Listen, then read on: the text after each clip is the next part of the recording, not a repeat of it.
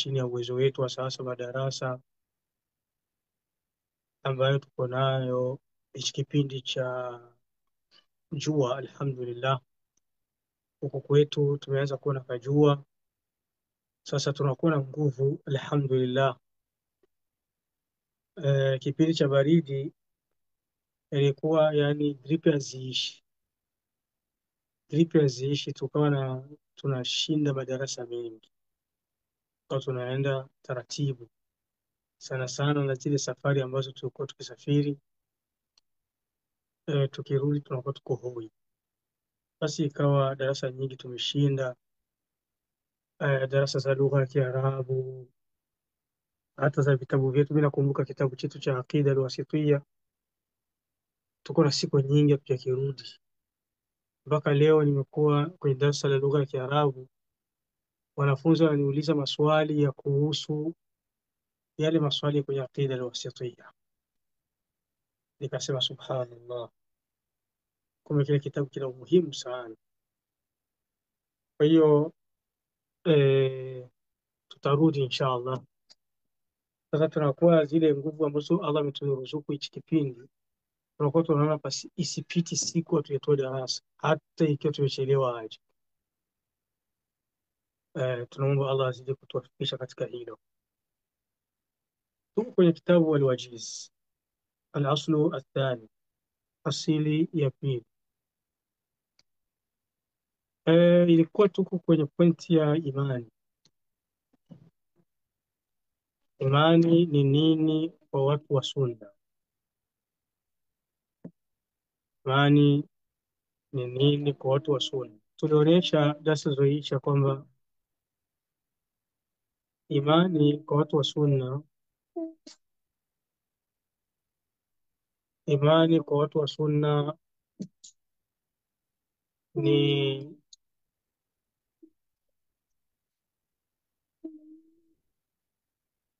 rohoni na kwenye ulimi na kwenye vitendo.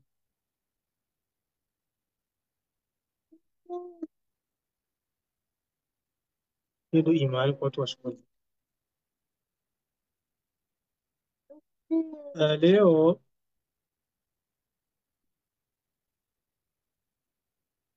tunaendelea katika pointi ya imani.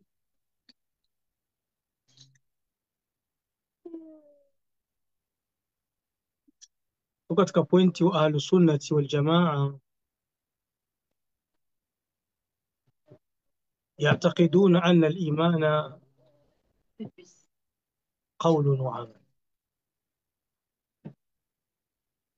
Wanaitakidi kwamba imani ni kauli na amali. Darajatun wa shu'ab. Wanaitakidi kama imani ina daraja na vipengele. Yazidu bitaa. Wanaitakidi kama imani inazidi kwa kumtia Allah, hata yakuna kaljabali. Imani ya mtu inaweza ikazidi mpaka ikawa kama mlima.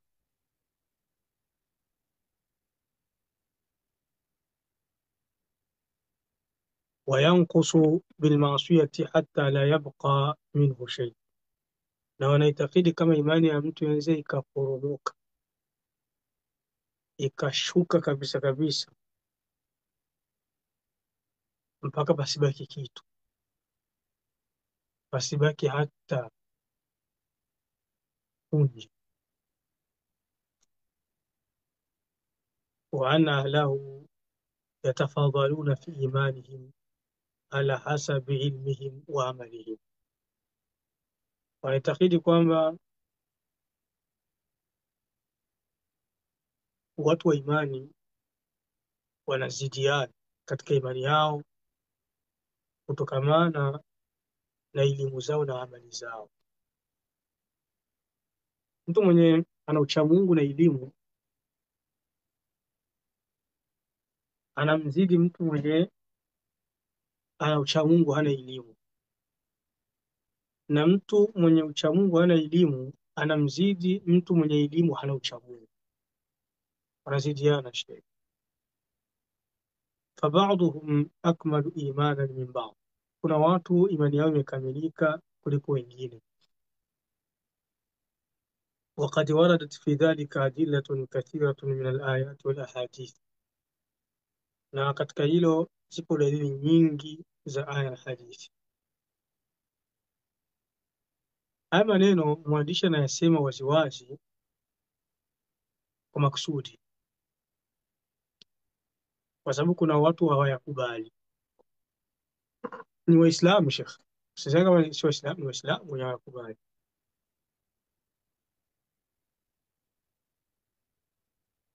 Ni Waislamu. Kuna Waislamu wanasema kwamba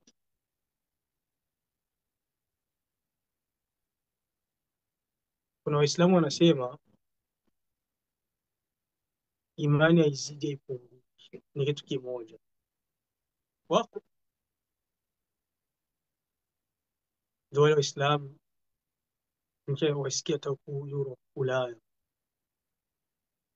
wanakwambia eti hawajijui kama wako katika hizi akida potofu, kwa sababu wenyewe hawapati madarasa, hawajitambui. Shamsikia Muislamu anakwambia basi imani ni mpaka kusali sana na kuswaumu sana na kuwa na vitabu vingi. Unaweza kuwa hivyo vyote hauna, lakini ukawa mtu wa peponi haraka sana, au imani yako iko juu. Unaweza kaingia peponi, amali zako ni ndogo, lakini imani yako ikawa juu. Hiyo sio kweli. Imani inakuwa juu kwa vitendo, ima vya roho au vya ulimi au katika mwili wako, vya uwinje, vya viungo vya mwilini. Kwa hiyo mwanadamu anatakikana kufanya juhudi, katika kuzalisha vitendo vizuri,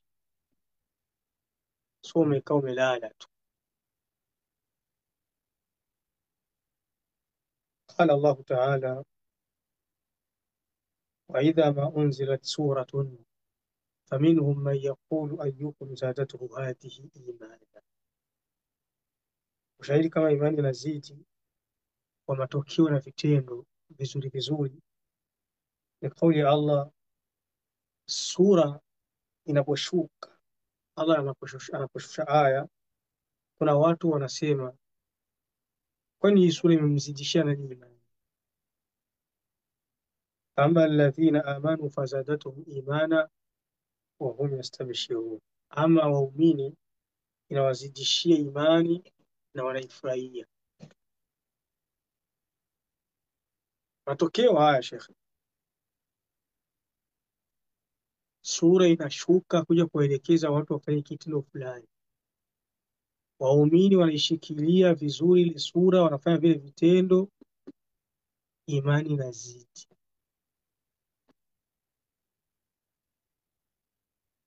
Ibn Mas'ud ndio anasema tulikuwa hatupiti aya 10 mpaka tuziwe kwenye vitendo, ndio tunaingia kwenye aya zingine. Umesikia? Ndio imani hiyo.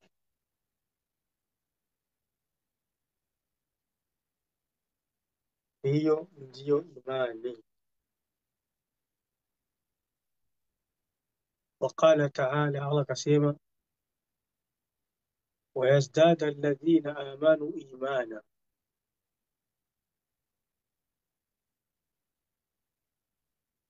waumini imani yao inazidi.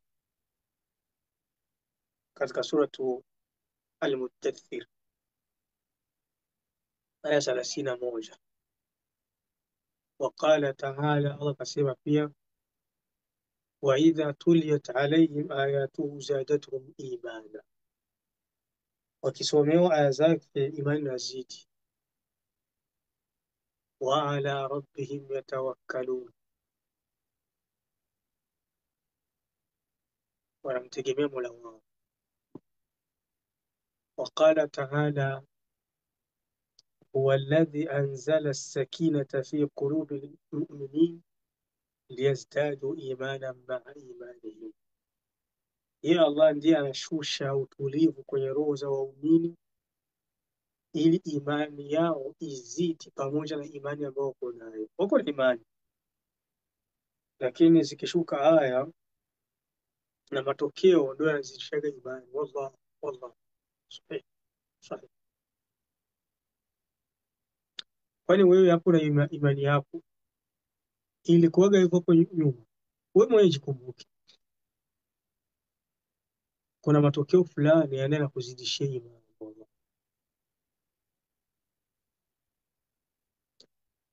Lakini kuna wengine wamekula hasara, matokeo ndio yanawapunguzia imani.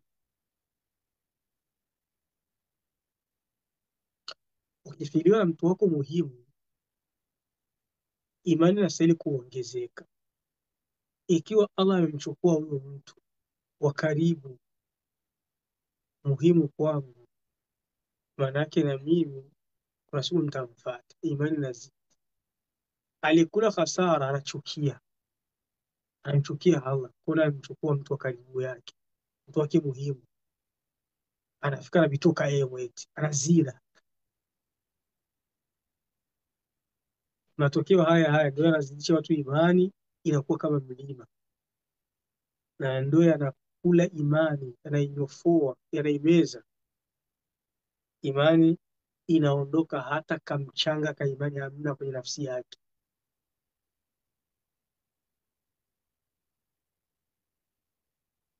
Kuna watu kuja kwa Ulaya imani kazidi. Anakumbuka hali yake juzi alipokuwa Afrika, anaona Mungu amemneemesha, anajikurubisha kwa Allah sana, ya Allah, nitakushukuru Allah, umenitoa mbali.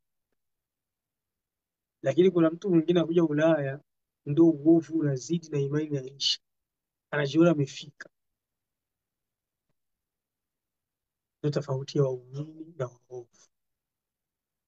Afanajalu lmuslimina kalmujrimin, kwa kweli ni kweli, Allah amesema ukweli, Waislamu hawezi kuwa kama waovu.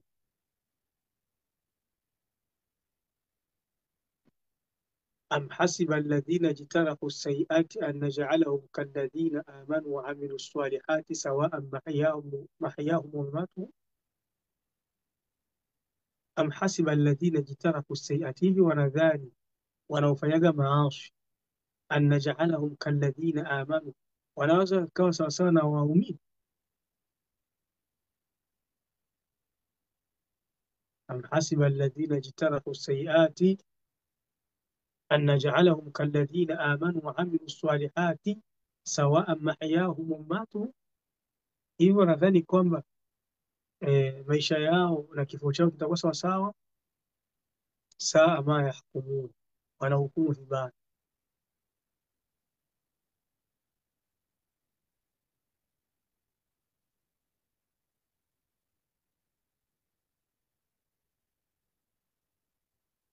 Matokeo, jitahidi sana ya kuzidishia imani. Ukikumbuka dhambi yako uliyoifanyaga, hiyo ni sababu ya wewe imani yako kupanda. Kona Allah amekutoa kwako, angekuwa katika ile hali ungekuwa wa nani wewe? Jikurubisha kwa Allah, nyenyekea, mshukuru Allah, zidisha imani, jilinde, jiweke mbali, wala usikanyage tena mbele. Lakini mwingine akikumbuka dhambi yake, ndio imani inaporomoka, inashuka. Acha nijipe. وقال تعالى هو الذي وقال تعالى الذين قال لهم الناس إن الناس قد جمعوا لكم فاخشوهم فزادهم إيمانا. wale ambao waliambiliwa na watu, hakika watu walikukusanyikieni kukudhuruni na kukupigeni, fakhshawhum, waogopeni watu, acheni hayo yemko yemo, fazadahum imana, ndio imani nazidi. Allah subhanahu waqalu hasbuna Allahu wa ni'mal wakil, wakasema atatutosheleza Allah na yeye ndio wakili, mlinzi wetu. Unajua hii aya imekuwa ni lini? Baada ya vita Uhud. Waliwaambia maswahaba na Mtume SAW sallam, dunia nzima imekuchukieni. Baada ya vita ya Uhud, vita ya Khandaq, watu wamejikusanya kuja kuwachanganyia watu Madina Waislamu, Mayahudi, washirikina Maka, makafiri wa Ghatafani. Wakaja jeshi 10,000 Madina, wakiwa wengi. Kipindi hicho wanaume wenye kupigana vita ni 3,000. Tofauti kubwa ya 3,000 na 10,000. Wamewekewa beef na watu wengi sana. Ombeni msamaha, badilikeni, mtakuja kuumia. Ndio imani nazidi. Haya mambo mpaka leo yanaendelea. Mara nyingi ukiwa kwenye haki, watu wengi wanakuchukia.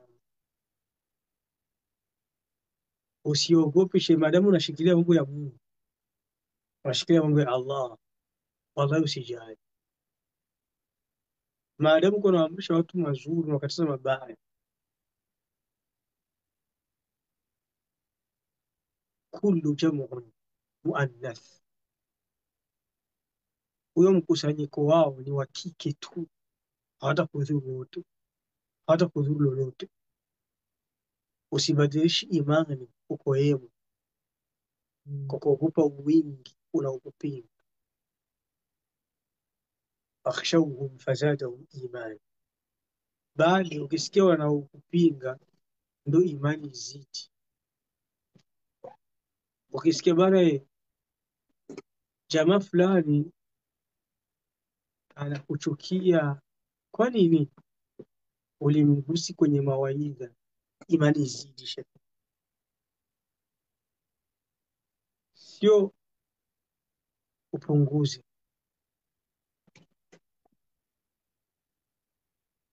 Eti mawaidha ya watu, hakuna mawaidha mengine, mawaidha ya watu tu. Shekhe, jitahidi ya mawaidha, usipige kipondo. Wallahi waovu wanafanya kazi ya dawa inakuwa ngumu. Unaweza ukachukua, unapanga mada, unajitahidi usimgusi mtu. Haiwezekani. Haiwezekani sikugusi. Yaani kutokugusi ni kukaa kimya, nisitoi aya wala hadithi.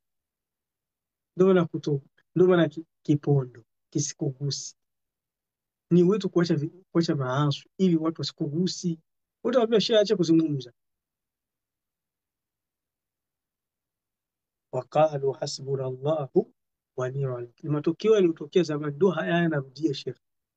Wanakuja kwa Mtume sallallahu alaihi wasallam, bana, watu wamekusanyika sababu yako wewe, punguza, acha.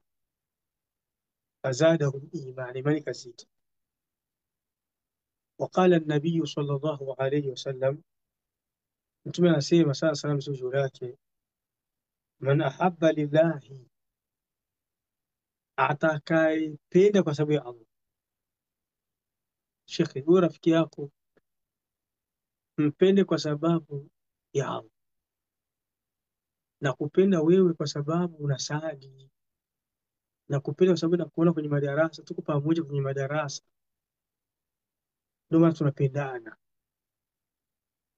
Alghurabu maa alghurabi walhamamu maa alhamami, kibumbubumbu kinakuwa pamoja na msafara wa vibumbubumbu. Kunguru utaiona makunguru yenzake. Kabemba utaiona na makabemba yenzake, na njiwa inakuwa kwenye msafara wa njiwa yenzake. Teteri zinaenda na pamoja na mateteri.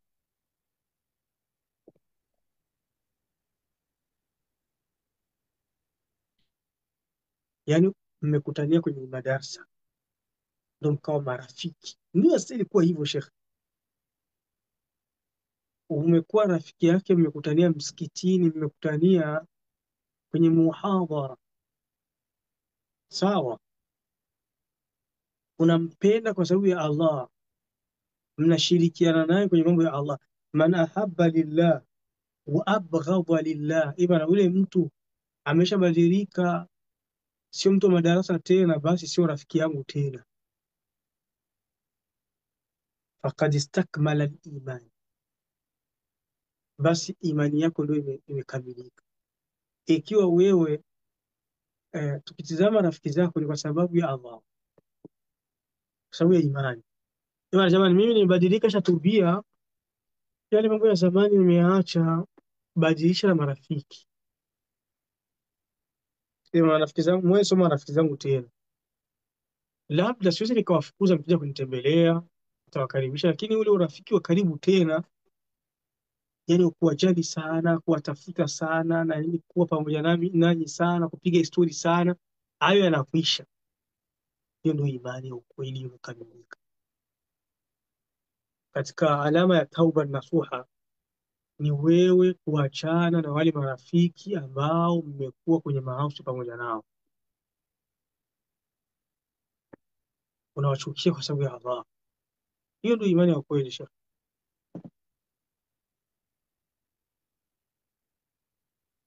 Bwana huyu, bwana huyu ni mtu mpya bwana, namuona kwenye madarasa ndio anakuwa rafiki. Unapotaka kwenda kuoa, mtazame mwanamke mwenye dini na tabia, na unapotaka kuolewa, mtazame mwanaume anakuja kuoa ana dini na tabia, sio tazame mpunga, usitizami visa. Hawezi kama juu iko mitoni, huyo wanampa mwanamke bila hata uchunguzi. Bwana huyu ana kazi, watakuja kuolewa, ana kazi huyu, wanampa mtu mwanamke kwa sababu ya kazi. Imani yenu iko pungufu, imani yenu imeshuka, imekuwa ndogo kama mchanga. Mpende mtu kwa sababu ya Allah. Huyo mume wako mpende kwa sababu anapenda dini. Kama anachukia dini, afai, sina na maslahi Sheikh, eti kwa sababu ni boga, ni handsome boy ndio unaolewa naye. Mtume swalla Allahu akwambia utizame mtu mpende kwa sababu ya Allah, unatazama kwa sababu eti ni mrefu, ni mrefu kama wale wanachezaga mipira ya vikapu. Yule mimi siwezi kaolewa na yule ni mfupi, utazama kama yani, ukimtazama haraka haraka haonekani. Subhanallah, subhanallah. Man ahabba lillah wa abghadha lillah, atakayempenda mtu kwa sababu ya Allah akamchukia kwa sababu ya Allah, faqad istakmala al-iman, huyo ndiye alikamilisha imani. وقال صلى الله عليه وسلم من رأى منكم منكرا فليغيره بيده. Mtume akasema sallallahu alaihi wasallam, atakayeona jambo libaya alibadilishe, aliondoe kwa mkono wake. Fa in lam yastati fa bilisanihi, kama kuweza kwa mkono basi kwa ulimi. Fa in lam yastati fa biqalbihi, kama kuweza basi kwa roho yake. Wadhalika adhafu al-iman, hiyo ndio imani ya chini. Ala, kuna imani ya chini. Imani ya chini unashindwa kusema, ndugu yangu, kimya tu. Usi nakuwa ni haja tu. Mbona tunakuona hapa kwenye muziki anacheka cheka, unacheka nini? Mpaka watu wengine wakaniambia tumemuona usi shehe, wallahi kwenye harusi pako muziki wanakatika, amevaa koti anajificha sio yeye ule shehe, wakanitajia jina lake. Wallahi tumemuona shehe iko anajificha, mpaka nikamsomesha mbele, usi shehe lakini sasa mwendo mnataka yaani, maana bora mimi mnakuja mwezi wa Uislamu, maana mashe tuna roho wala sema mashe wana roho wa mashe, na yeye katika muziki akajificha sheko kwenye muziki. Bwana usiwe kulega mawaidha, she atoga mawaidha na yeye leo anamuona kwenye harusi pako muziki, bali harusi yake na pako muziki. Sasa bana, kila siku ni harusi za muziki. Sasa ndio mnafanya. Ndio mnafanya. Niseme nini? Niseme milio. Kwenye milio hampigi muziki. Kilioni hakuna muziki. Milio ya muziki ndio nataka niseme. Tunasema mnafanya muyaache. Sasa mazambi ni harusi ya muziki tu, na hayo katika mazambi. Harusi ya muziki katika mazambi. Haya ngenileteni yaseme. Lazima tugusane shehe. Lazima tugusane. Lazima nikuguse. Ima uache au tufe. Harusi za muziki zimekuwa ni sugu Ulaya. Watu wajifanya wapungufu. Wengine kabisa hiyo ni watu ambao harusi anakuwa mtu wa dini dini. Usa akawa anavaa jilbabu. Yuko ni harusi ya muziki anacheka. Sasa bahati mbaya si ni ya mtoto wake. La la la la, hata kuelewa hata ufanyaje. Tena anakuwa na beef. Ukitana vibaya. وهكذا يا سبحان الله inabidi watu wawe wacha Mungu, tusifuate dini kwa maslahi, tufuate dini kama dini, so ufuate dini kwa fanatism. Maadamu hawa ni watu wetu, sisi tunaenda hivyo hivyo na vitu vyao. وهكذا تعلم الصحابة الكرام رضي الله عنهم وفهموا من رسول الله صلى الله عليه وسلم أن الإيمان اعتقاد وقول وعمل. ndivyo jinsi maswahaba tukufu Allah waridhie walivyofahamu kwa Mtume صلى الله عليه وسلم kwamba imani ni kuitakidi na kauli na vitendo. Yazidu bi a'mali alqalbi waljawarihi wa biqawli lisan, inazidi kwa vitendo vya rohoni na mwilini, ya vitendo vya viungo na kauli ya ulimi. Kataati wal ibadat, kama kumtia Allah na ibada. Wayanqusu bi a'mali alqalbi waljawarihi wa biqawli lisan, imani pia inapunguka kwa kupungua vitendo vya rohoni na vya mwilini na kauli ya ulimi.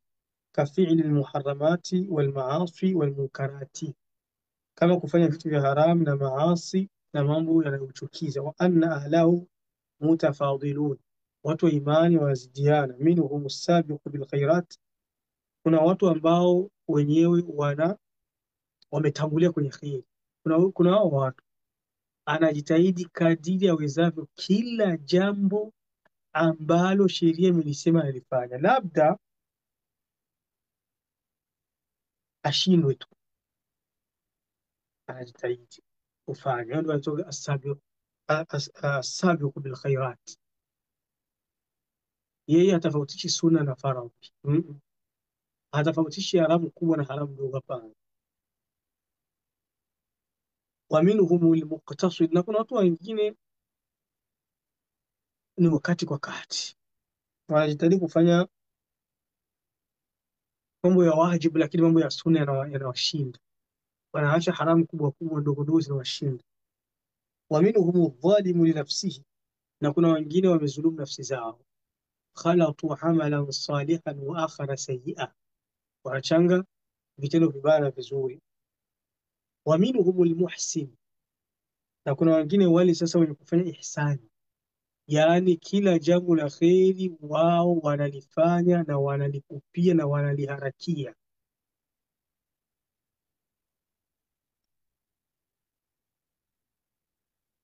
Ihsan, muhsin, ni daraja ya hali ya juu. Wa minhum almu'min, na kuna wengine waumini wanakubali yanayo imani zinazoonekana zisizo za rohoni.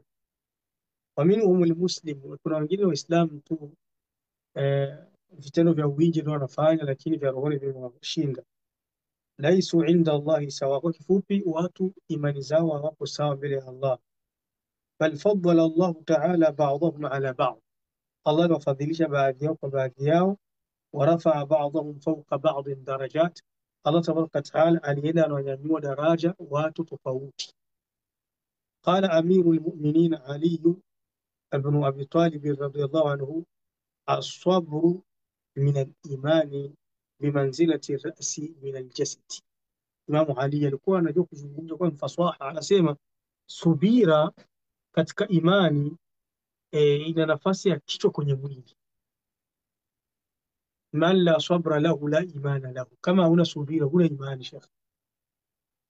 Subira ni kitendo shekh. Pale penye unafiliwa na mtu wa karibu unauma roho, hiyo ni katika imani.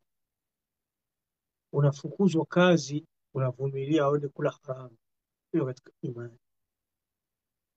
Unakubali kuishi kwenye nyumba ya kawaida, haongoji kwenda kuchukua vilaa ya riba, hiyo katika imani. Hiyo katika imani shekh.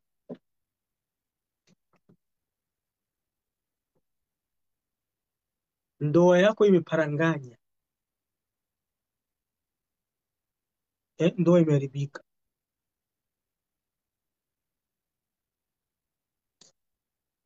unaishi unakosa mke wa kuoa, unasubiria uzini, hiyo katika imani.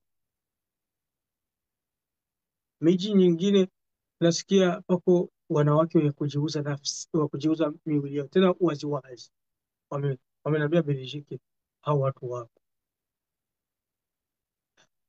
hata nchi zingine wapo, sawa wapo, lakini Belgiki nasikia ni waziwazi. Ukitaka waende kuonesha, wanakwenda kuonesha. Watu wanataka kujipa pole she, imani huna shekh. وقال الصحابي الجليل عبد الله ابن مسعود رضي الله عنه: اللهم زدنا إيمانا ويقينا وفقا. Allah tuzidishie imani na yaqini na ufahamu. Yaqini, utulivu wa nafsi, kifua kipana, ndio yaqini. Subira kwa Islam ni muhimu sana. وكان عبد الله بن عباس وأبو هريرة وأبو الدرداء رضي الله عنهم يقولون: الإيمان يزيد وينقص. ابن عباس، أبو هريرة، أبو الدرداء وصحابة متومه muhimu Allah waridhie, wasahaba mtume wema Allah waridhie, wanasema imani yazidi na kupungua. وقال الإمام وكيع بن الجراح رحمه الله تعالى: أهل السنة يقولون الإيمان قول وعمل. أهل السنة wasemaga imani ni kauli na vitendo, sio kauli tu. Imani za watu wengi wa leo, imani za midomoni, hazipo kwenye vitendo. Eti ni mtoto wa Kiislamu kavaa suruali, mtoto wa kike wa Kiislamu kavaa suruali shekh, atembea Ulaya tu, tunayaona haya. Afrika, watu wa Afrika wananisikia, hayapo hayo. Kadiri ya gisi siku zinaenda zinajongea Afrika, ndio watu wanazidi kuvaa majilbabu. Ulimwengu wa Ulaya ndivyo gisi wanavyozidi kuvaa masuruali. Shekh, wanasema mabinti wa Ulaya wa mama anavaa suruali, alikuwa anavaa jilbabu nyumbani, anavaa suruali hapa Ulaya.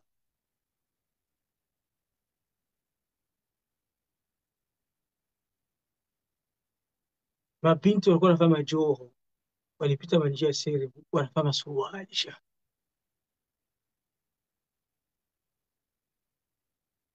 Kutana naye anakwepa.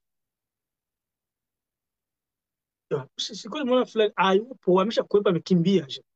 Umeona anavaa suruali, unamwogopa shekh. Yastakhfuna min annasi wala yastakhfuna min Allah wa huwa ma'ahum. Wanajificha kwa watu, wanaogopa watu, hawamwogopi Allah, wajifichi kwa Allah na Allah yuko pamoja nao.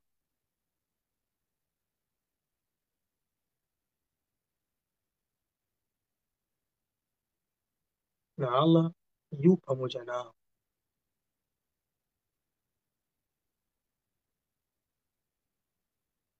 وقال إمام أهل السنة أحمد بن حنبل رحمه الله تعالى: الإيمان يزيد وينقص. إيمان يزيد kupungua. Haya yote madalili maksudi, kwa sababu kuna watu hawakubali kama imani yazidi na kupungua. Ziyadatuhu bil amal, anasema Imam Ahmad, inazidi kwa vitendo. Wa nuqsanuhu bitarki al amal, na inapungua kwa kuacha vitendo. Wallahi watukufu Waislamu, kuna wakati kubakia kwako Afrika ni bora kwako. Ndio maana Mtume alikuwa anasema dua mara nyingi, la tajal musibatana fi dinina, usijalie musiba kwenye dini yetu. Kama utanipa musiba Allah, nipe kwenye dunia, labda nimefukuzwa kazi, ni iwe sawa, labda nimefiliwa sawa, labda nimeumwa sawa,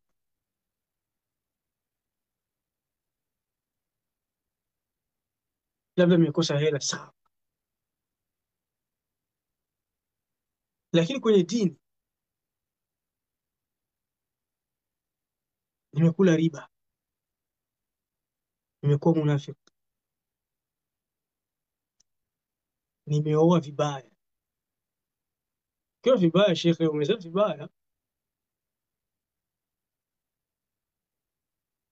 unamuoa mwanamke mvaaji wa masuruali, unampandisha Ulaya, anakuja anakutupa nje, anaendelea kama suruali yake, kwa sababu ana dini zako nyingi, anaishi na watoto, anabakia nao watoto yeye, na wenyewe wanavaa masuruali, watoto zako wa kike. Wallahi ni mushiba. Bora usinge kujaga Ulaya ukabakia Afrika. Hangi kutupa nje, ataenda wapi? Wanawake wanavaa masuruali Ulaya, wanawake wanavaa suruali, wanawake wa Kiislamu.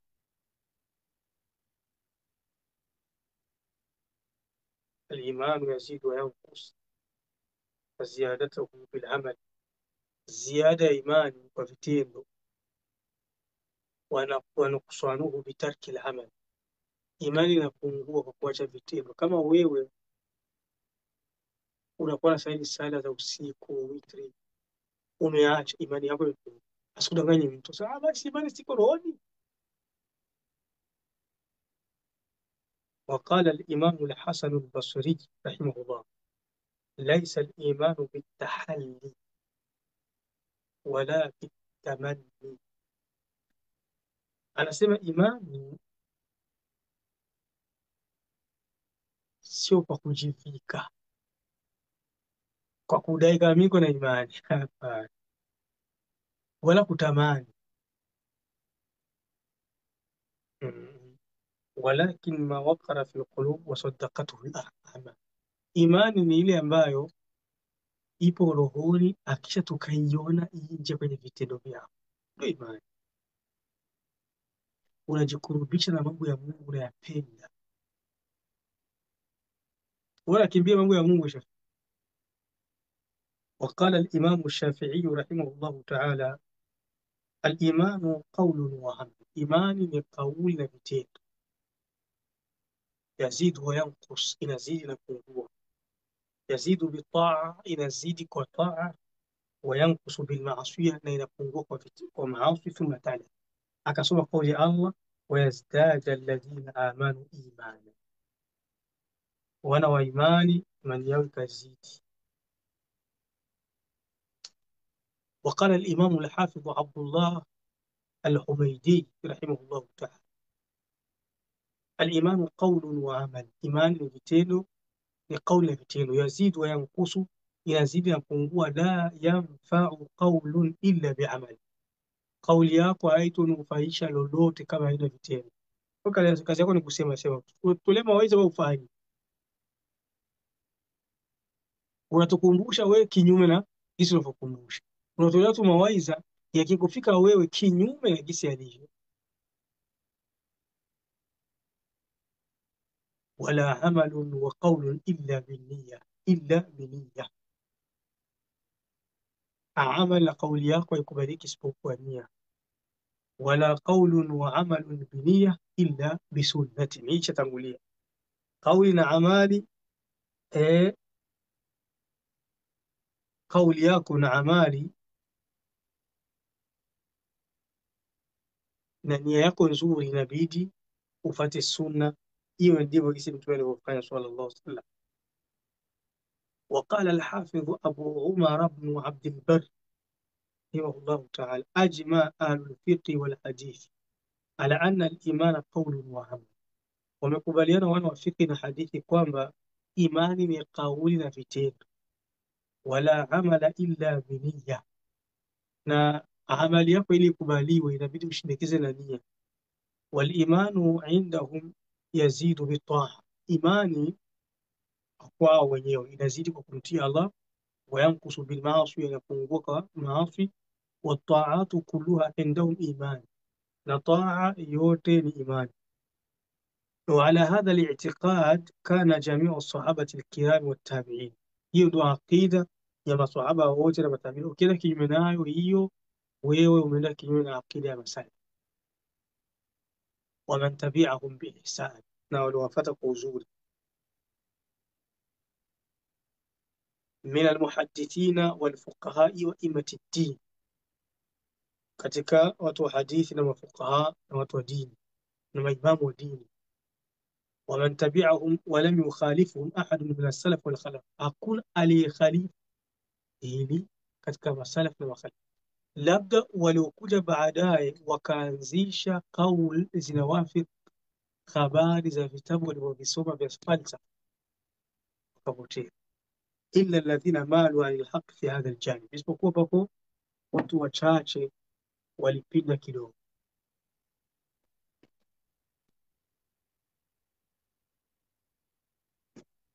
Pako watu wachache katika masalaf wazuri walikosea, maanake pako kukosea kwa bahati mbaya au kukosea aqida katika aqida za watu wa sunna ukawa na udhuru, hilo lipo. Sio kila mtu mwenye kikhalifu hivi anakuwa ni mtu wa bid'a. Hapo inabidi pazingatiwe.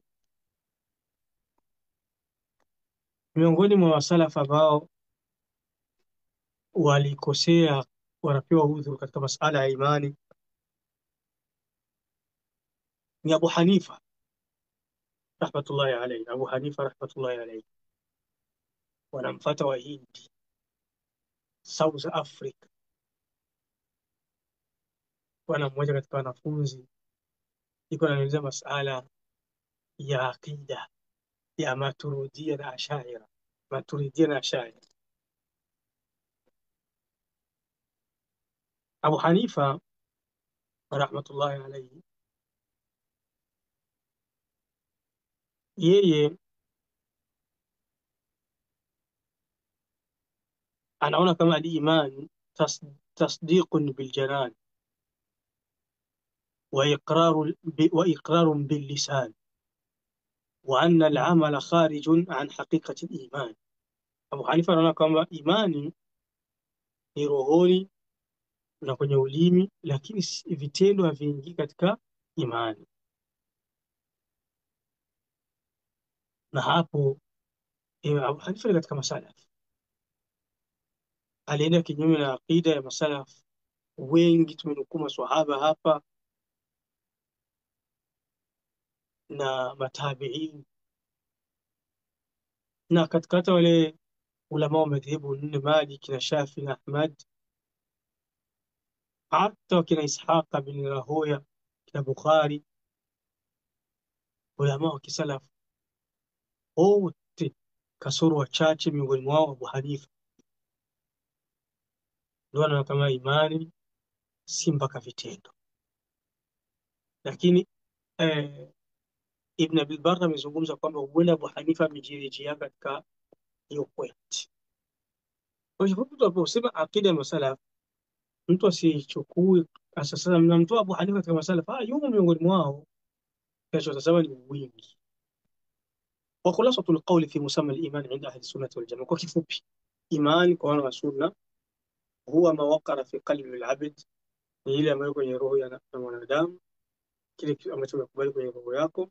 Wasaddaqahu lisanuhu wa amaluhu, na ulimi wako ukakubali, ukakaa na watu ukasema neno mazuri ya imani. Wabadat thamaratuhu wadihatun fi jawarihi, kisha yale ambayo kwenye roho yako na kwenye ulimi wako ukaanza kuona matunda yake wazi kwenye viungo vyako na mwilini mwako na uwingi wako, bimtithali awamiri llahi taala, kwa kufuata amri za Allah, wabtiadi an nawahihi, na kujiweka mbali na makatazo yake. لأن اسم الإيمان يقع حقا على من يصدق بجميع ما جاء به الرسول الأمين صلى الله عليه وسلم عن ربه جل وعلا اعتقادا وإقرارا وعملا. وسبب imani inakuwa ni inaingia katika kukubali kila kitu alichokuja nacho mtume ambaye aliaminiwa, Allah msalia msalimisha, ukaweka rohoni, ukakitakidi na ukakikubali na ukaweka vitendo.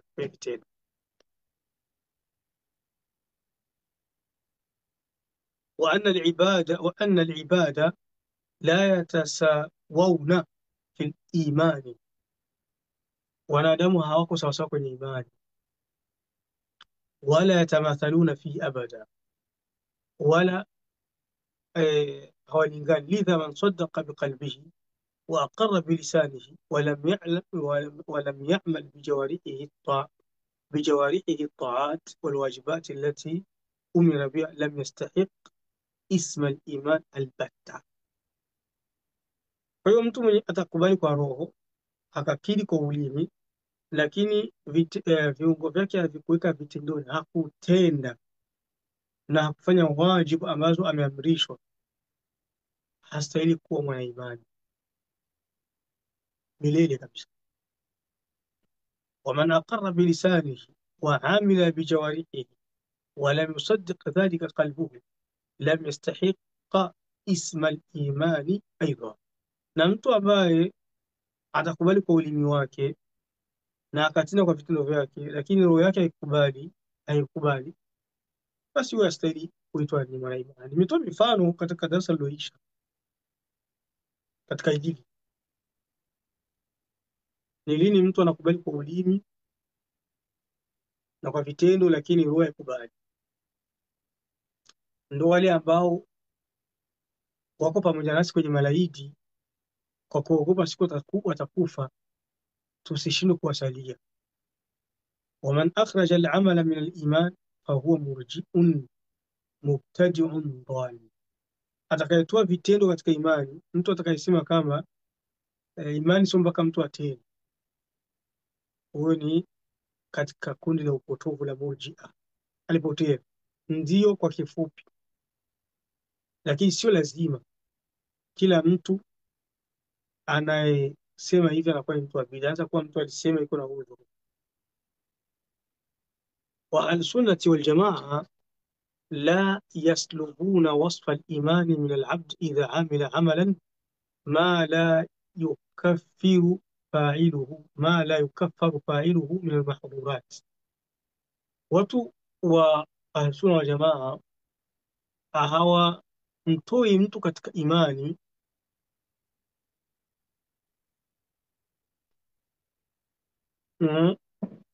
anapofanya vitendo ambavyo sio vya ukafiri.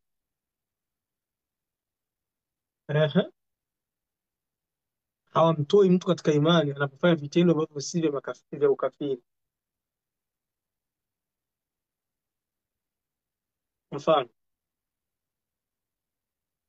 kuna swali ameniuliza mmoja katika wanafunzi zetu kwenye darasa la lugha ya Kiarabu kabla ya hili, nilikuwa sijui kama limetokea. Anasema mmoja katika viongozi alionekana kachangana na wasiokuwa Waislamu, padiri akawasengea, akawamwagia maji. Je, ni ukafiri kumwagiwa maji na padiri haujatoka katika Uislamu?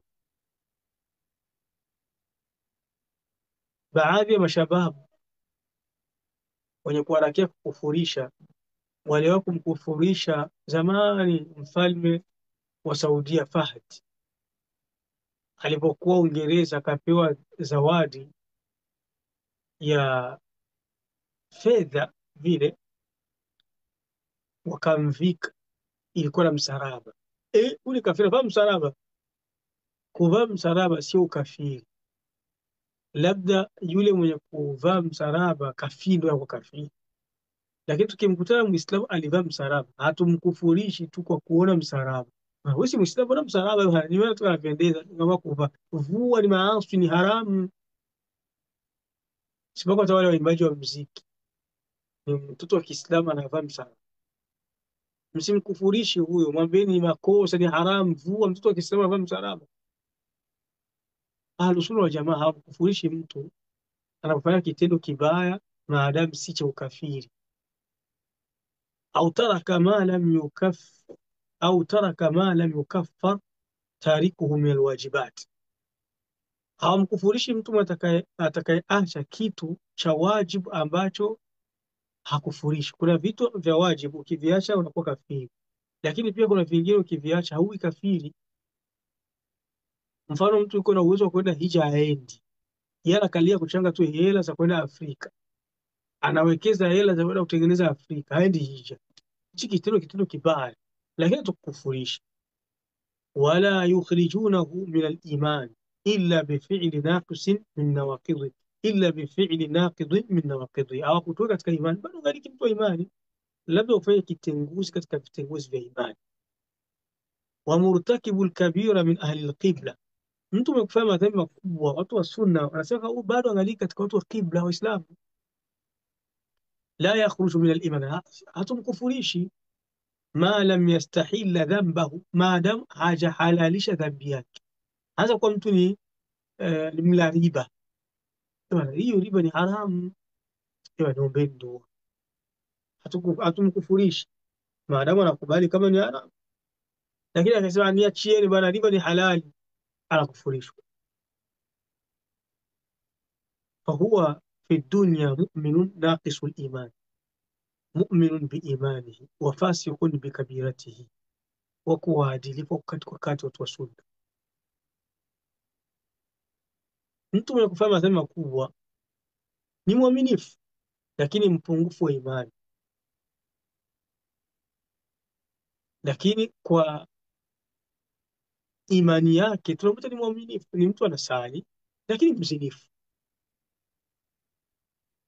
tunamwambia ni mwaminifu, upungufu wa imani. Mwanamke anasali lakini anavaa masuruali. Nazungumza masuruali ya wanawake sana, mtu asizani namkusudia yeye, simkusudii mtu hata mmoja. Ni kwa sababu ya mambo ndio yanajiri sana Ulaya. Unakutana mwanamke anakuona anafika makuone, anabaki atasema msimu kwa sababu alivaa suruali. Nimesha kuona kama ni wewe.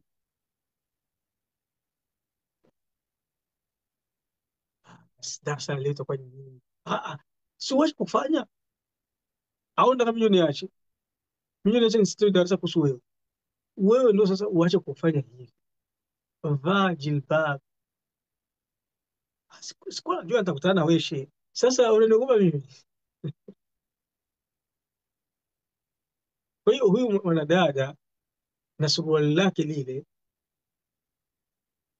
wala alimpendezi hata. Tunasema kwamba ni mwaminifu kwa sababu ni Muislamu, anasali, lakini ni mpungufu wa imani kwa suruali lake lile lisilompendeza. Kivaa suruali lako upendeze mwanadada wa Kiislamu, wewe unapendezwa na jilbab. Wafasikum bikabirati, wako muovu kwa sababu yako. Waarabu ndio wanawaharibisha watu wakina wa nyumbani. Unaona Waarabu ndio dini mwateremkia. Mwarabu anavaa mtandio na suruali. Hivi sasa tumefika wakati sasa mzito Ulaya, wakati wa jua, watu watembea na suruali, watembea na vichupi, wala sio kaptula. Wa fil akhirati tahta mashiati Allah tabaraka wa taala, in shaa ghafara lahu bi rahmatihi. Kwa mtu mfano anasema kuna kubwa, akhira iko chini ya utashi wa Allah. Allah saka msamia akamwita amekuna masabi yake hayo, wa fadlihi wa mannihi, na kwa fadhila zake na kwa huruma wake na kwa upeo wake. Wa insha adhabahu biadlihi wa hikmatihi, na kitaka kumwadhibu kwa uadilifu wake na hikma zake. Lianna al-imana indahum yaqbalu at-tajzi'a, watu wa sunna wanakubali kama imani ina vipengele, inakubali vipengele.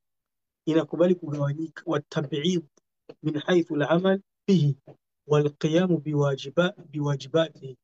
Imani katika sunna inakubali kuachana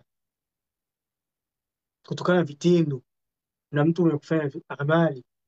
Wa biqalilihi yukhriju Allahu ta'ala min an-nari man dakhala. Ukiwa tena imani ndogo, Allah atakutoa motoni ukiuingia. Bifadlihi wa rahmatihi wa mannihi wa karamihi, kwa fadhila zake na huruma wake na upeo wake na ukarimu wake. Qala an-nabii sallallahu alayhi wasallam, mtume akasema sala na salam ziwe juu lake, la yadkhulu an-nara man kana fi qalbihi mithqalu habatin min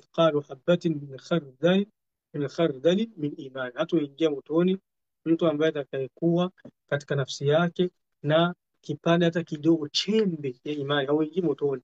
Maana yake hautapadumu.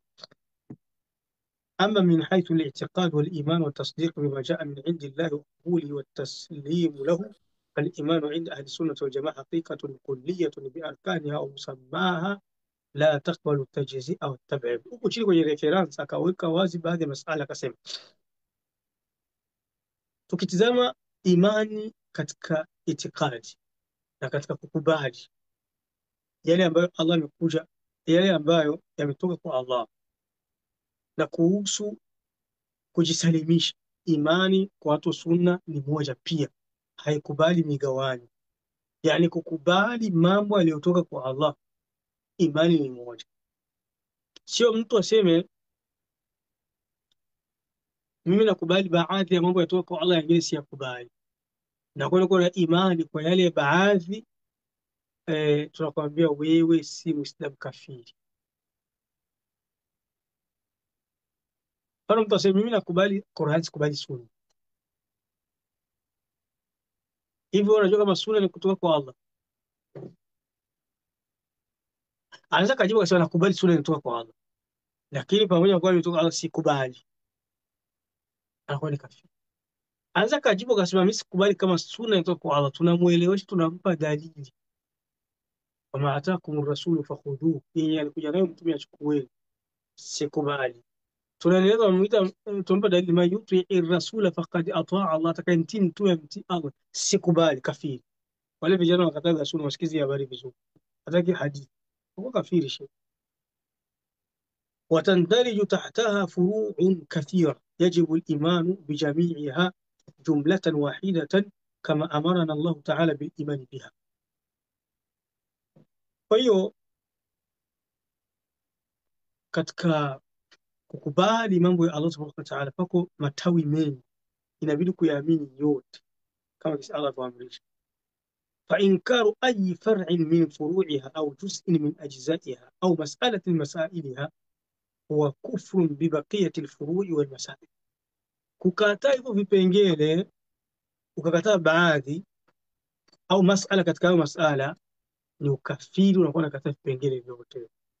Wa khurujun min da'irati al-imani ila hadirati al-kufr, unakuwa litoka katika upana wa imani na mzunguko wa imani, unaingia katika janga na bonde la ukafiri. Idha wujidat ash-shurut wa intafa'at al-mawani', ikiwa zile sharti zimepatikana na katazo zikaepukika. Qala Allah ta'ala, Allah sema afatu'minuna bi ba'd al-kitab wa takfuruna bi ba'd, mnaamini baadhi ya kitabu na kufuru baadhi. Fama jazau man yaf'alu dhalika minkum illa khizyun fil hayati dunya. Hakuna kuamini baadhi ya mambo ya Uislamu na kukataa baadhi ya mambo ya Uislamu. Mwenye akifanya hivyo, basi malipo yake, fama jazau man yaf'alu dhalika minkum illa khizyun fil hayati dunya, atapata fedheha duniani. Wa yawma al-qiyamah, siku ya kiyama, yuraduna ila ashaddi al-adhab, watarejeshwa kwenye adhabu kali. Wama Allahu bighafilin amma ta'malun, Allah hakughafilika kwa yale mfanyayo. Kuna baadhi ya watu unakutana mtu anakuambia bana, mimi nakubali pepo, lakini kuna mambo ya peponi utasema ni filamu. Eti mtu anakuwa mkubwa, anapima mita 60, hii filamu hii, mazombi. wewe imani yako iko na imani yako unakuwa kafiri sha, labda kama ujui tu akwambie. Kuna baadhi ya watu wanatajia na Mungu, watu Ulaya wanashiba, sasa wanaona mwenye kutania nani Allah. Eti utasikia eti mtu mtone atakuwa na jino kama mlima wa Uhud. Mimi sikubali, wewe ukubali. Unajua kama hayo ni hadithi sahihi, unakufuru shekh, wakufahamisha kuwa unakufuru. لأن الإيمان والالتزام بما جاء من عند الله يجب أن يكون كليا غير منقوص. kuamini vilivyokuja kutoka kwa Allah inabidi uviamini hivyo vimekamilika. Walimanu la yakbalu tajzia fi anasirihi wa arkanihi wa musammahi. Kwa hiyo imani haikubali mgawanyo kwa vipengele vyake na rukuni zake na jina lake. Yani hii imani yani imani ya kujisalimisha na kukubali yaliyotoka kwa Allah, haikubali ndio haikubali kugawanyika.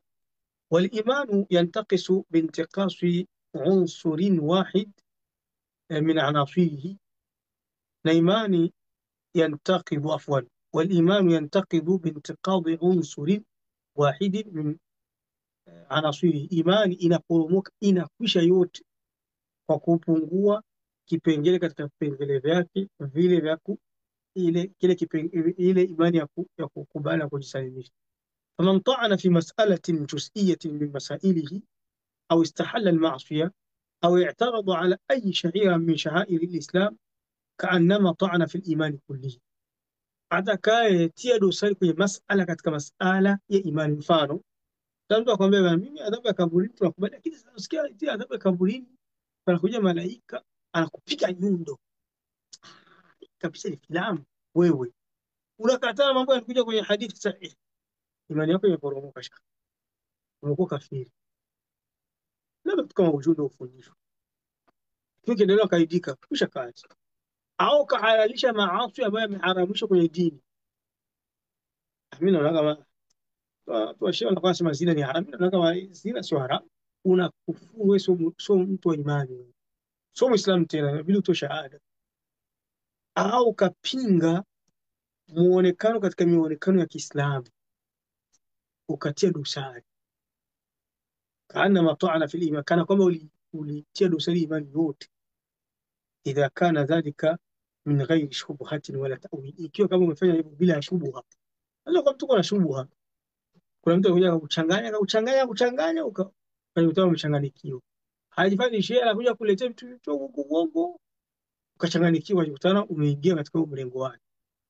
Mathalan, kuna watu leo wanakataa hadithi za Mtume sallallahu alaihi wasallam, alichanganyikiwa, alichanganywa. Kuna mtu tapeli akuja akamchanganya, akamletea vitu akaleta huku, kwa sababu yeye afataki madarasa, akakubali kauli yake. Hapo unasameka, wala tawili wala umebadilisha kitu ukakielewa maana nyingine. Wantafati almawani wa wujdat ashurut, ikiwa kama shuruti zimekubakikia na vikwazo vya kukutoa katika imani vikakuondokea, basi wewe unakuwa kafiri. Falimanu laysa ajzaan mufarraqa muba'thara nastati' an na'khudha min arkaniha wa anasiriha ma nasha. Imani sio vipengele ambavyo viko tofauti tofauti vimezagazaga ili viko kule. Imani kwenye upande wa rukni zake na nguzo zake ni moja. Wanatruku ma nasha thumma nabqa fi dairati al-iman, tuache tunavyotaka, tubaki ni waaminifu. Fa innahu man qala qawlan au fa'ala fi'lan au i'taqada amran yadullu ala inkari shay'in min anasir al-iman au min ajza'ihi au min arkanihi faqad naqada imanahu. Kwa hiyo mtu atakayesema neno au akafanya kitendo au akaitakidi jambo linaonesha kupinga kipengele katika vipengele vya imani au nguzo katika nguzo za imani, huyu atakuwa imani yake imeporomoka. Wa kharaja min dairati al-islam, na akatoka katika Uislamu. Wa tutabaqu alayhi ahkamu ridda, na anahakikiwa na anatumiwa hukumu za mtu kuritaji. Walau ata ba'd ajza'i al-iman, hata akifanya baadhi ya vipengele vya imani, ma wujudi shurut, ikiwa kama sharti zipo kwake za kumkufurisha, za kumritadisha, wa intifai almawani, na vikwazo vikamwondokea. Vikwazo ni kama hajui. Mimi kutana baadhi ya watu wa Ulaya wanasema hata Wakristo dini yao ni ya ukweli kweli, dini ya Wakristo ni ya ukweli, dini ya uongo na mabudu Yesu. Na wenyewe dini yao ni ya ukweli, utaingia peponi. Wakristo wataingia peponi, wataingia peponi. Kwa nini? Kwa sababu wenyewe dini yao ni ya mbinguni, wanamwabudu Yesu. Anakwambia anakubali, imani yako imeporomoka, huna imani, umekufuru. Wa idha lam yatub yakunu min almukhalladina fi an-nar waliyadhu billah. Kama kutubia unakuwa katika watu watakaodumu motoni. Allah tulie.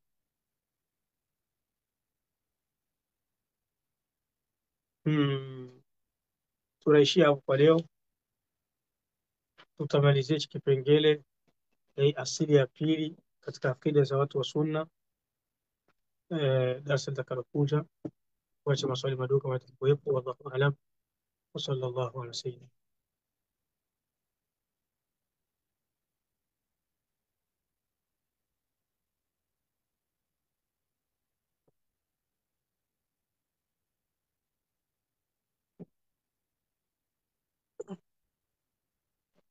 Naam, Imran upo? Naam, shehe nipo. Kuna maswali au hamna? Na hakuna maswali, labda kama ndugu zetu hapo wanaweza kauliza na wapanisha mkono. Naam. Naam, Amani baba unakaribishwa inshallah. نعم شيخ. السلام ورحمة الله وبركاته. Wa alaikum assalam wa rahmatullahi wa barakatuh. كيف حالك شيخ؟ وين موقف؟ Alhamdulillah, tumshukuru Allah tabaraka wa taala. نعم. Sheikh, kuna swali hapa lakini kwa njia ya mada ni kuhusu kuchinja. Naam. Kuna mtu alikuwa anauliza kama yuko na pesa ya kuchinja ng'ombe, lakini akasikia baadhi ya ustadhi fulani alifahamisha ya kwamba unaweza ukaacha kununua huo ng'ombe mmoja, lakini ukanunua labda kwa hiyo pesa ambayo kununua ng'ombe ukanunua mbuzi wengi ili upate faida ya manyoya mengi kuliko ng'ombe mmoja. Hiyo ni bora zaidi, na akamfahamisha kwamba huenda au ng'ombe au mbuzi wakiwa wengi anaweza akawagawa katika sehemu tofauti, labda kwenye makambini kule penye kuna wakimbizi, akajikuta malengo ya kuchinja na kugawia masikini wakapata ambao wanaohusika. Vipi, anasemaje kwa hilo Sheikh? Barakallahu fik. Wayak, wayak.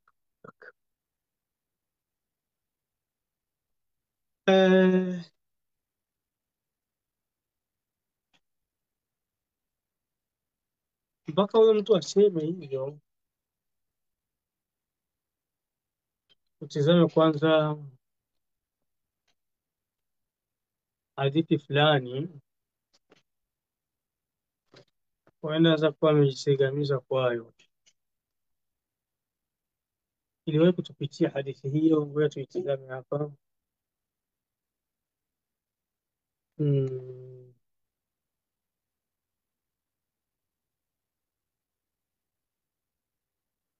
Hadithi ya manyoya ya mnyama wa udhiya. Hadithi ya mnyama au wa manyoya ya mnyama wa udhiya. Mtu anaweza kuwa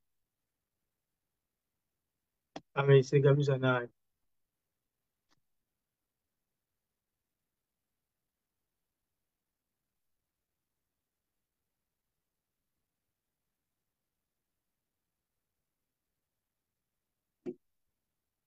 Ngoja nione kwenye faharisi hapa kwangu. Sawa.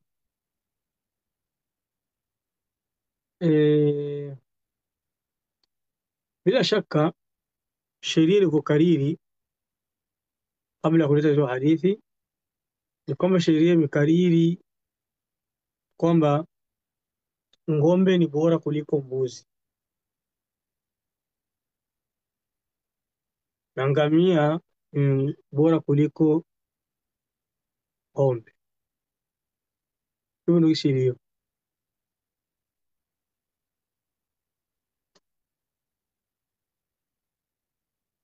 Mm. Ama kusema kwamba anunue mbuzi wengi kwa sababu ya manyoya yawe mengi, inatokamana na hii hadithi ambayo tutaka kuisoma hapa. Na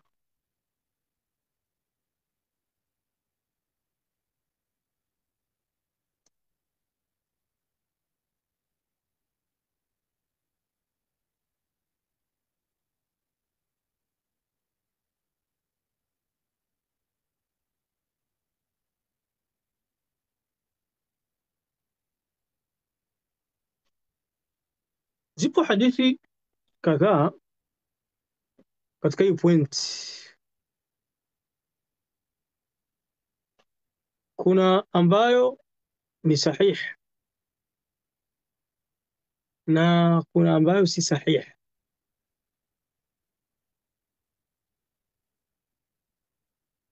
Mm. Kama kwa swali lingine mara nilikuwa nasoma mpaka nitakapopata hii hadithi. Assalamu alaikum warahmatullahi wabarakatuh. Wa alayki salam wa rahmatullah. Shehe, mimi nilikuwa na swali hapo kuhusu masuala ya imani. Nilikuwa nauliza hivi, ni wakati gani mtu utajua kama imani yako imepanda, na ni wakati gani mtu utajua kama imani yako imeshuka? Naam, naam, ahsante. Swali lako ni zuri hilo na ndio limekuwa ndani ya darsa, na niko ndani ya darsa. Imani yako Aha. utajua kama imepanda kutokana na amali zako.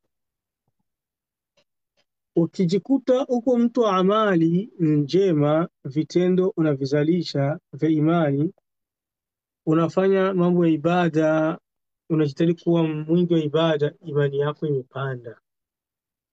Mathalan, chukua kama unasali sala za sunna za faradhi Ramadhani na saumu za sunna unazitimiza, imani yako imepanda. Siku utafanya upungufu katika hivyo vitu, imani yako imeshuka. Kwa hiyo imani yazidu bitaa, imani inazidi kwa kumtii Allah na inashuka kwa kumuasi. Na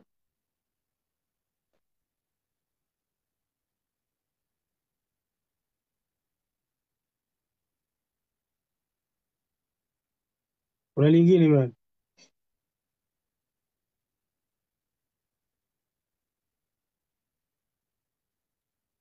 Kwa kuandika, kuna ndugu yetu ameandika, anasema eti alikuwa anakumbushia kuhusu sira ya Ibn Taymiyyah. naam, naam. Eh, sira Ibn Taymiyyah kwa kweli tutaizungumza tukiwa kwenye kitabu cha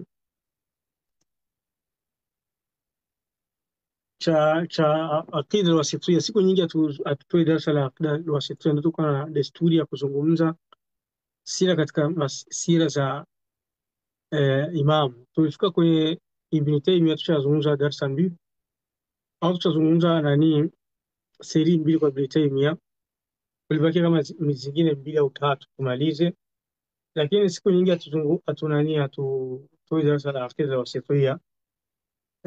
Tutakapoanza darasa la aqida alwasitiyya nadhani kama wiki nyingine ndio tukaanza, au wiki ya kufuatia ndio tutamzungumza Ibn Taymiyyah, kummalizie inshallah habari zake na mambo ambayo amemletea fitna mpaka wakamfunga, na masaili ambayo wanatia dosari kwayo watu wa kupinga akida za watu wa sunna na akida za masalaf, na ujanja ambao wanauchomeka. Nilikuwa na mwanafunzi kabla darasa hili la darasa la Kiarabu, ndio alikuwa ananiambia inaonekana nafasi pia yupo ni watu wa Maturidiyya au Maashari.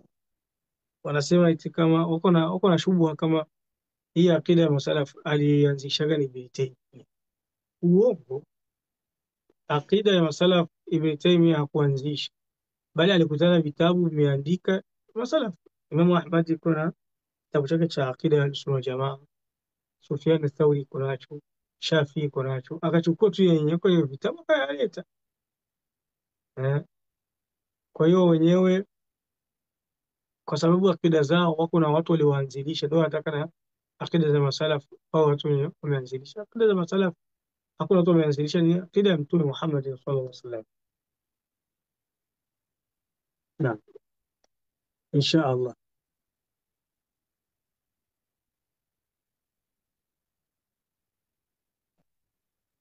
Naam, Sheikh, barakallahu fikum. Wayakum. Naona hakuna lingine hapa.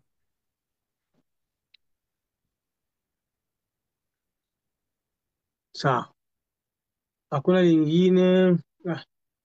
Tuende sasa kwenye swali lake ndugu yangu la kuhusu hadithi zile. mm.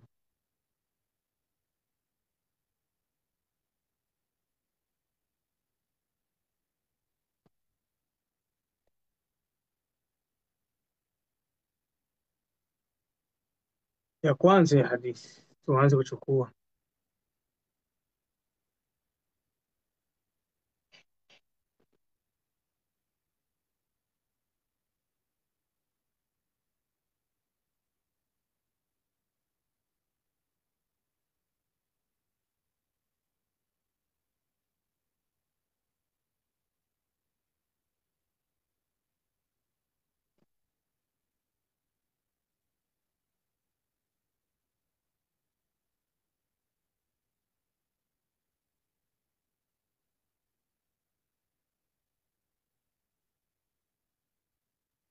Assalamu alaikum warahmatullahi wabarakatuh.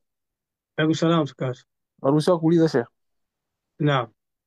Nilikuwa nataka kujua kitu kimoja kuhusu swala, ikiwa kama mtu atakumbuka baada ya kumaliza kusali, kama hata pamepita nusu saa au muda tu wa kutosha, akakumbuka kama alisahau nguzo katika sala, anafanyaje? Atoa mfano kama nguzo gani? Mfano amesahau kwenye ile nani ya kuikaa kikao cha ile sijida ya pili ile,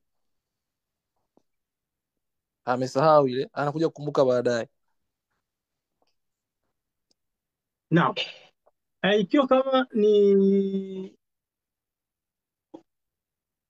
kile kikao, ile tahiyatu wa sijda ya pili, ile ni sio nguzo, ile ni wajibu. Ile atakuwa analeta ataleta sijda mbili za kusahau mwishoni. Labda kama alisahau Fatiha, Fatiha ni nguzo, suratul Fatiha, Allahu akbar, hakukumbuka kusoma suratul Fatiha, inabidi ile rakaa atairudia, hata urudi sala yote atarudia ile rakaa. Kwa hiyo kuna nguzo ambazo utarudia tu ile rakaa ambayo pamekosa ile nguzo. Au mfano rukuu, umesujudu ukasahau rukuu kwenye rakaa, utarudia ile rakaa. Au umesujudu rukuu, yani rukuu umesahau rukuu, utaleta ile rakaa. Au umesahau sijida, ukasaidia sijida moja ukasahau nyingine, utaleta utasali ile sijida moja, utarudia swala yote.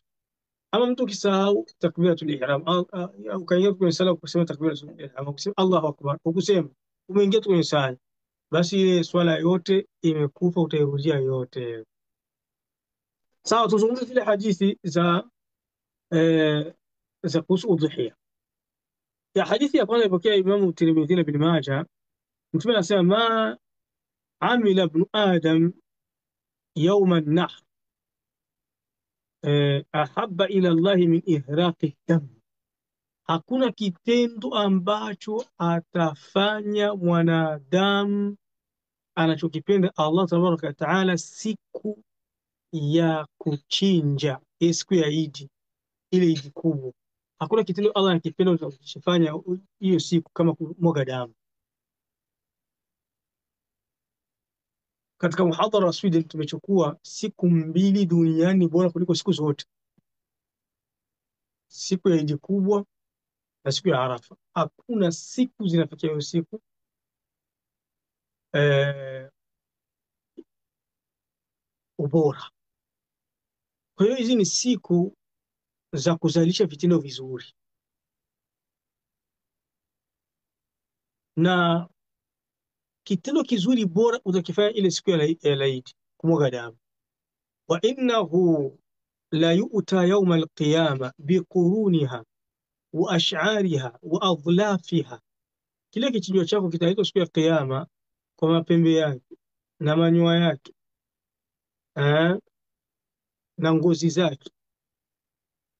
wa inna dama la yaqa min Allah bimakan qabla an yaqa bil ard, ile damu yake inafika kwa Allah, inaanguka kwa Allah kabla haijaanguka ardhini. Fatayibu biha nafsaha, kwa hiyo pendezesheni nafsi zenu katika vichinjwa hiyo. Sheikh Al-Albani anasema ni hadithi sahihi katika Mishkat, na pako zingine dhaifu. Pako ile hadithi inasema bikulli sha'ra hasana, kwa kila nywele moja ya udhiya unapata thawabu. Hii labda ndo anaikusudia mambuzi mengi atakuwa na manywele mengi, atakuwa na manyoya mengi. Hadithi yenyewe upana wake ni qala ashabu rasulillahi sallallahu alayhi wasallam ya rasulullah ma hadhihi al-adahi, walimwambia Mtume manake hivi vichinjwa ni aje, tupata thawabu gani? Qala sunnatu abikum Ibrahim alayhi salatu wasallam, sunna ya mtume wenu baba yenu Ibrahim. Qalu fama lana fiha ya rasul, tupata thawabu gani? Qala bikulli sha'ra hasana, kwa kila unywele umoja, kila nywele moja unapata thawabu. Hiyo hadithi sio kweli, ni uongo. Na nyingine tutosheke na hizo. Nyingine hii tusiachi, mashuhuri inazungumzwa sana. Anna Nabii sallallahu alayhi wasallam qala li Fatima, mtume alimwambia Fatima, qumi ila udhiyatiki fa ashhidiha, simama kwenye kichwa chako, yani chinja kichwa chako utoe shahada. Fa innahu yughfaru laki inda awwali qatra min damiha kullu dhanb, فإنه يغفر لك عند أول قطرة من دمها كل ذنب عملتيه. Ujue kwamba unasamehewa kwa ile tonya lake la damu yake ya kwanza dhambi zako zote ulizotendaza. Waquli inna salati wa nusuki wa mahyaya wa mamati lillah, useme hiyo dua. Hiyo hadithi na yenyewe haikubaliki, ni dhaifu. Kwa hiyo naam, hadithi ya kwanza sahihi inaonyesha kwamba mtu mnyama wako utakuja kwa manyoya yake, lakini haijaonyesha kwamba inabidi manyoya yawe mengi. Kwa hiyo tunabakia pale pale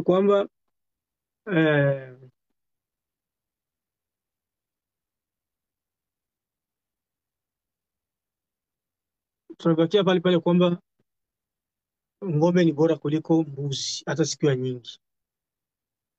Sheikh Ibn Baz aliulizwa kuhusu hadithi za ubora wa udhiya, akasema ma adhkuru shay'an sahihan fiha, sikumbuki hadith sahih مثل ما قال إنما هي من فعل النبي صلى الله عليه وسلم وأمره، katika kitendo cha mtume, walaysa fiha falahu kadha wa kadha ajra ala adad ash-sha'r, hadha hadithun dhaif.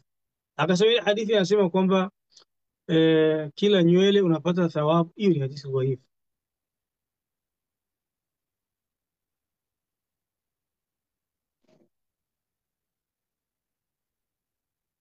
Tumaliza. Assalamu alaikum warahmatullahi wabarakatuh. Salaam. Samahani shehe, na swali la mwisho samahani. Naam. Kuhusu hapo kukichinjo, mfano nasema nataka nichinje kwa moja kwa ajili yangu, nyingine kwa ajili ya watoto wangu, nyingine kwa ajili ya mama yangu na yuko hai. Swali linakuja hapa. Swali la kwanza, je, inaruhusiwa hiyo? Alafu swali la pili, wale watoto wangaliki wako wadogo hawajabale, Na ingine kwa ndo sababu ya so, bibi yako, na ingine kwa sababu ya babu yako. Ni hatari sana, ni hatari, hapana she ni hatari. wale watoto hawajabalehe wangali wadogo. Sasa ndo wakikuwa zile sababu ndo zitawafikiaga, ama gisi wasemage ti sababu zinakujaga kwa mzazi mpaka abalehe, ndo sababu inaenda kwake. Na lingine ile kumchinjia mzazi wako na yuko hai, na yenyewe inajuzu au ni aje?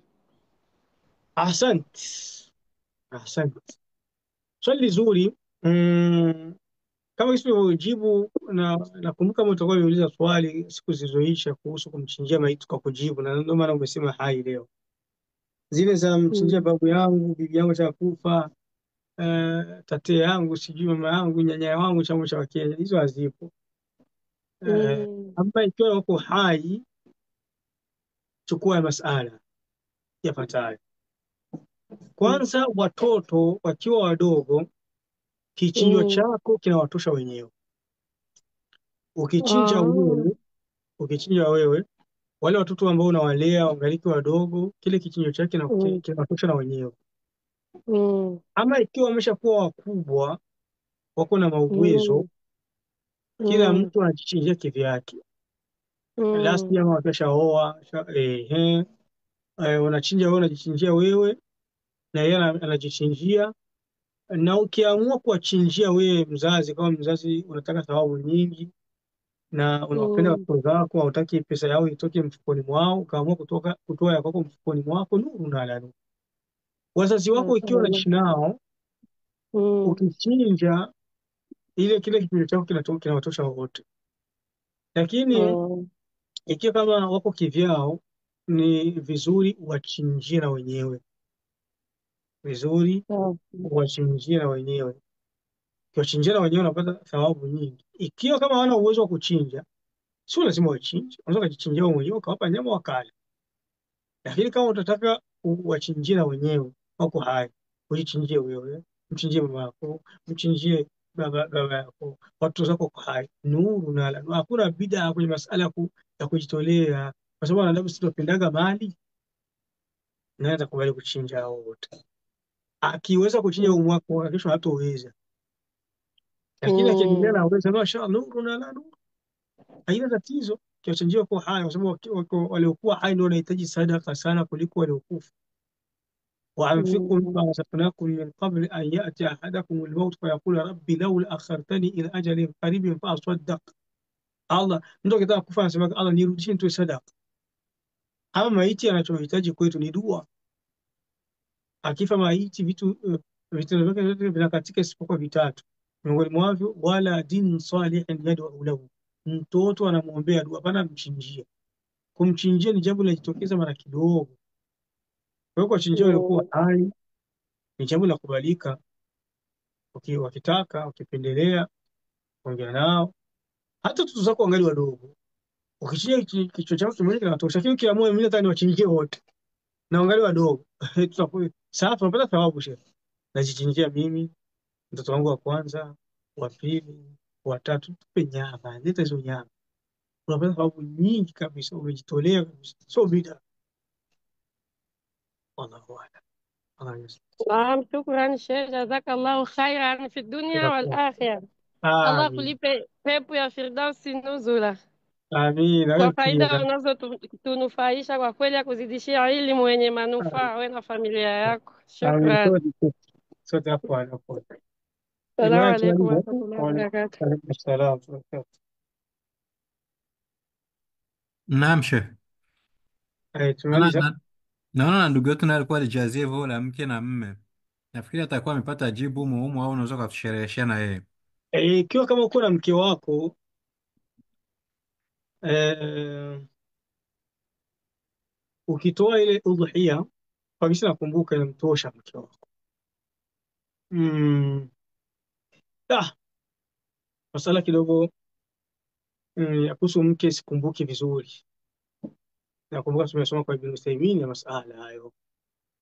Eh, ikiwa ni kwa mtoto, jinsi Ibn Uthaymeen pako khilafu, pako khilafu, lakini sahih ni kwamba watoto zako wakiosha kuwa wakubwa haiwatoshi udhuhia yako, inabidi wajichinjie, kila mtu ajichinjie. Lakini wakiwa wangali wadogo, masalafu walikuwa hawatolei watoto wadogo, wanaingia katika ile udhuhia yako. Mke sasa watu ni kama masala nitayangukia karibuni hapa. Je, mke na mtosha ya mume?